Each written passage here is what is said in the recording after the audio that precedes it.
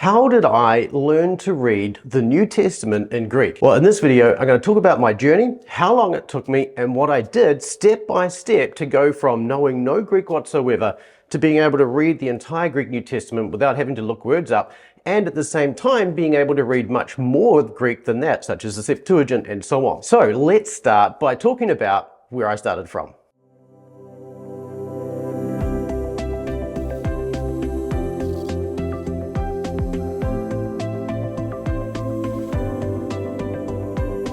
So before I get into what I did step by step to learn to read the New Testament from knowing nothing to being able to read it all, without looking words up and with confidence and so on, let me just say one caveat really, and that is that we all learn a little bit differently.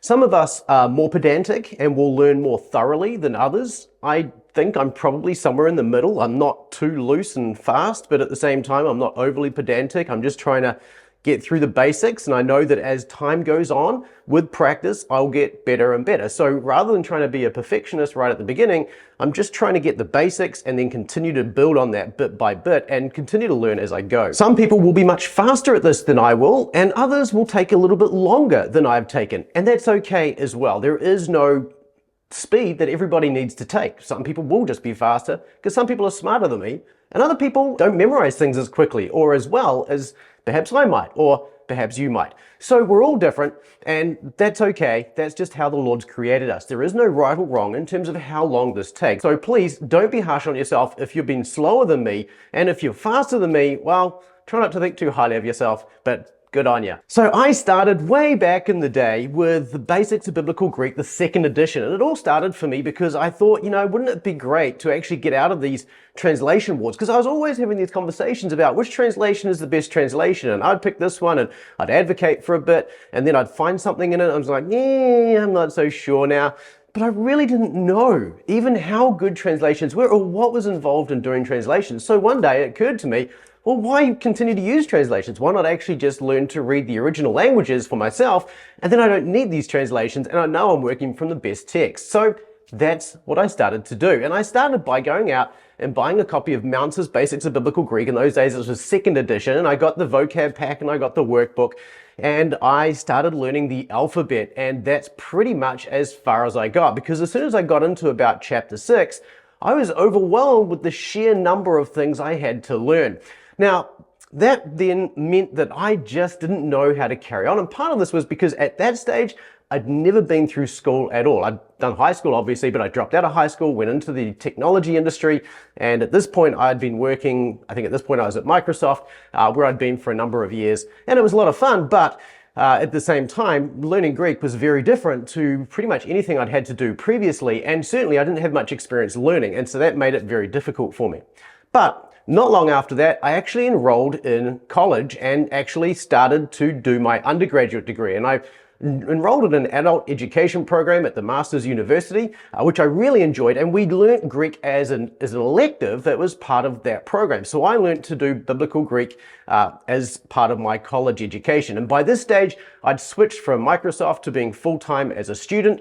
Yes, I basically sold my house and used everything we had to pay for that education, but it was worth it in many ways. It was a high cost to pay, but I certainly am thankful for it as well. So we started learning in college, and what I did is I had to pick up the third edition of Mounce's Basics of Biblical Greek, which at this stage was now available. So I was no better off, except for this time I'd actually had some educational experience behind me, so I knew how to study a little bit, although what I found was that learning Greek using, well, anything really, was different to, say, history or math or art or any of the other subjects. I had a liberal arts education, which I loved, but so we had to learn a whole bunch of different things, but Greek was just completely different to everything else. But now that I was doing it for a grade, now that I was doing it for a diploma, there was a new impetus, if you like, to actually figure out how to learn this. And so that's what I ended up doing. I ended up taking my time to actually think through, if I'm going to learn this and I want to learn this, what am I going to have to do that's different that's going to allow me to do this. And this is how I came up with the idea of actually learning some of the charts rote by rote. And it allowed me then to actually have all of the passing information in my head to be able to just scan through those mentally when I needed to, so that when I came to a quiz or something like that, I could recount that line. Maybe it was a dative, or maybe it was a verb form, or whatever it was, and I could actually think through it and actually write the answer out. I also added in passing tools. At this stage, Danny Zacharias' Past Greek app had come out, and I found this incredibly useful, using it on my iPhone and iPad at the time to actually learn to pass individual words as well. So I used that side by side with everything else I was doing, and I found that that was really, really helpful. And I've created other videos on how I did this and how I recommend you do it, and I'll link to those probably up here somewhere, up in the corner. Probably. Have a look for that anyway. At the end of 2 semesters of that, and these were pretty compressed semesters, so one semester was 8 weeks, second semester was another 8 weeks, so 16 weeks of beginning Greek.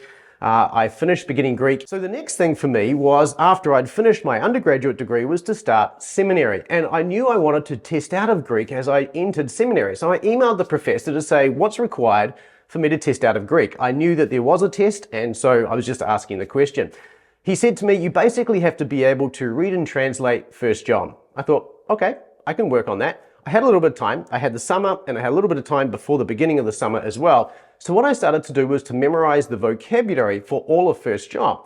And this is the first time I really started to learn vocabulary book by book. Prior to this, of course, in the basics of biblical Greek, you're just learning the vocabulary that occurs 50 times or more. So here I took the entirety of 1 John and I just started learning chapter by chapter, word by word as I went through. And I learned all the vocabulary and kept learning those and reading the book as best I could, as I could fit it in during that summer. And then when I came to test out of Greek, of course, it wasn't too difficult. My professor said afterwards I had some challenges with some participles.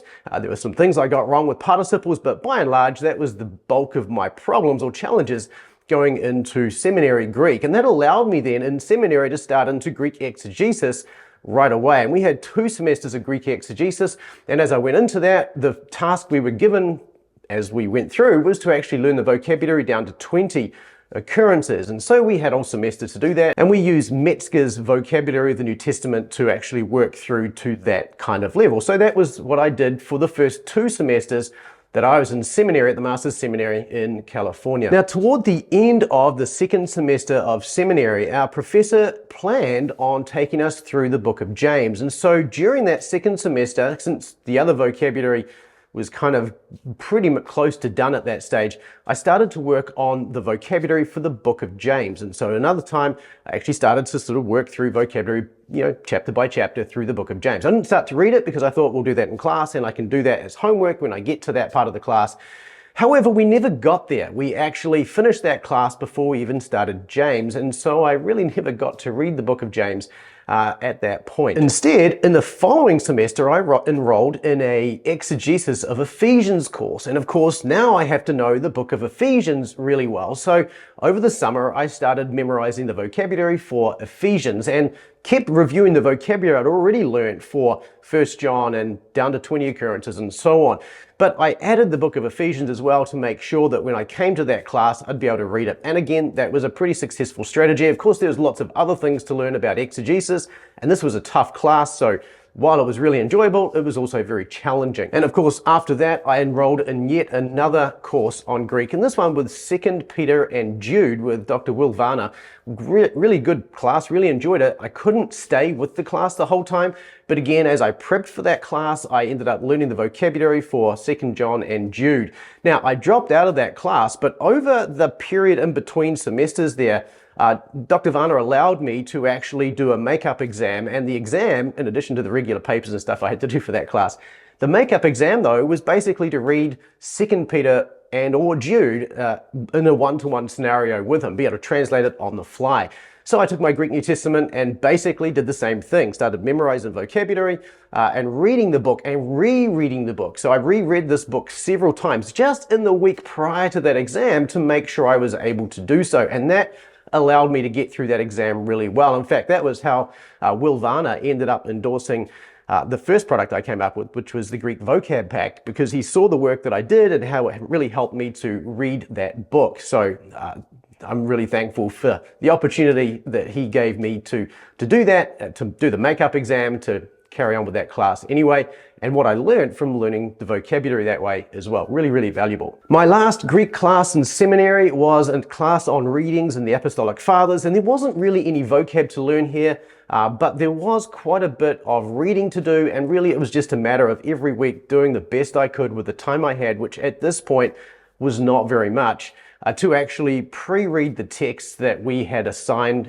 for us that week. Most of the work was in class where we were translating together, and our professor was very good at just helping us to think through how is this structured and what is he saying there, and explaining what's going on. Now, the key thing to point out through all of this is that I was a full-time seminary student. I finished my however 120 hours or whatever it was, credit hours of work over a 3-year period. I had no other jobs. I did for a start, but I dropped out of those pretty quickly. I was teaching computer science at the beginning of it as well, but I dropped out of that and just focused just on my studies and ministry in our church and family and so on.